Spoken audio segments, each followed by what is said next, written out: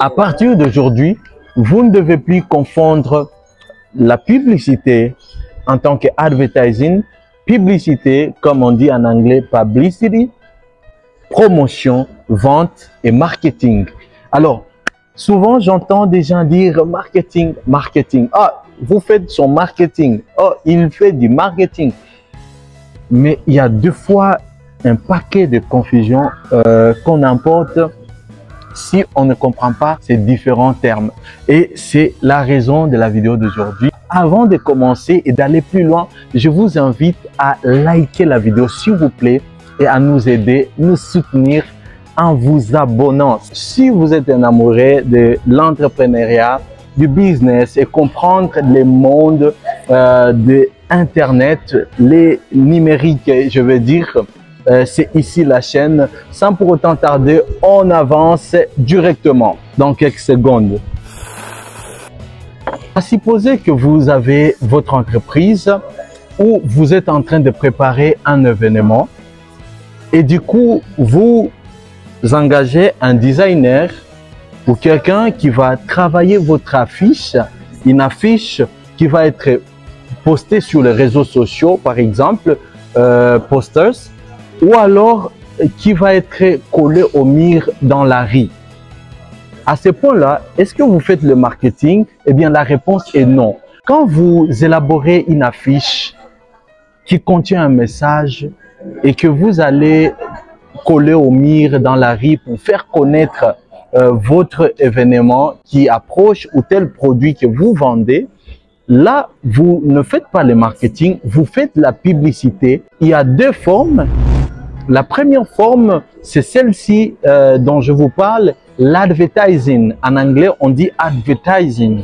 Et c'est une forme de publicité payante, souvent effectuée par les biais de médias pour atteindre un public ciblé quelconque. Et cette forme de publicité, elle vous coûte, elle est payante. Vous avez peut-être imprimé de papier, vous avez peut-être imprimé ces affiches-là, ou alors vous avez même boosté votre message sur les réseaux sociaux pour atteindre un public cible. On parle de la publicité et en anglais advertising. Maintenant, prenons un deuxième cas. Dans ces cas-ci, vous décidez de rabattre les prix d'un produit ou un service qui coûte, supposons, 10 $. Vous dites que dans une période courte, vous allez vendre ça à 2 $ ou 3 $, comme font deux fois les gens des réseaux de télécommunications. Quand ils vendent un forfait qui généralement coûte assez élevé à un prix un tiers de son prix, ou alors en créant des offres spéciales, en créant des événements pour booster, stimuler la visibilité d'un service quelconque ou d'un produit ou de leur entreprise. Là, on ne parle pas toujours de marketing, on parle de la promotion. Là, on fait la promotion. Troisième cas, supposez que maintenant, il y a un journaliste ou un blogueur qui est au courant de ce qui se passe dans la communauté et il va décider d'aller écrire un article sur vous, sur votre produit ou votre entreprise. Et là, on parle maintenant de la publicité, mais c'est une sorte de publicité que vous ne contrôlez pas. C'est quelqu'un qui parle de vous et on parle de la publicité en anglais publicity. Cette forme de publicité, comme je viens de le dire, elle n'est pas contrôlée par votre entreprise ni par vous d'ailleurs. Et ça, c'est souvent par les biais des relations publiques. C'est la même chose que quand quelqu'un va proposer, recommander un produit à son ami ou un membre de famille en allant dans le sens de hey, « Est-ce que vous avez déjà entendu parler de tel savon? Vous avez déjà entendu parler qu'il y a tel qui sera ici? Voilà, c'est à telle date. » Là, on est dans le domaine, c'est la publicité, mais la publicité dans les domaines des relations publiques, très très importante quand on parle même du marketing. Maintenant, lorsque vous avez produit des prospectus, de flyers ou alors même des affiches, là où vous écrivez le prix par exemple de votre produit, tel produit coûte autant, tel autre produit coûte autant, ou alors vous présentez les prix dans le but de conclure ou de vendre les tickets, tout ça. On est dans le domaine de la vente. Ce n'est pas toujours ça le marketing, et donc c'est clair jusqu'à ce point.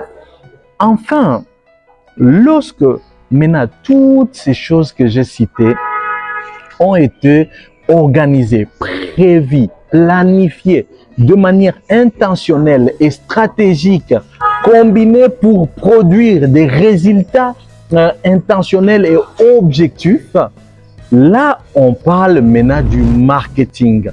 Waouh, c'est vraiment merveilleux parce que le marketing, c'est un concept très riche, très beau.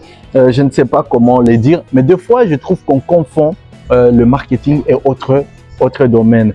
Voilà un peu, le marketing englobe l'ensemble des activités liées à la création, à la communication, à la livraison de produits ou de services aux consommateurs, incluant la recherche de marché, la publicité, la promotion des ventes et la gestion des relations avec la clientèle. Et donc, le marketing, c'est vaste.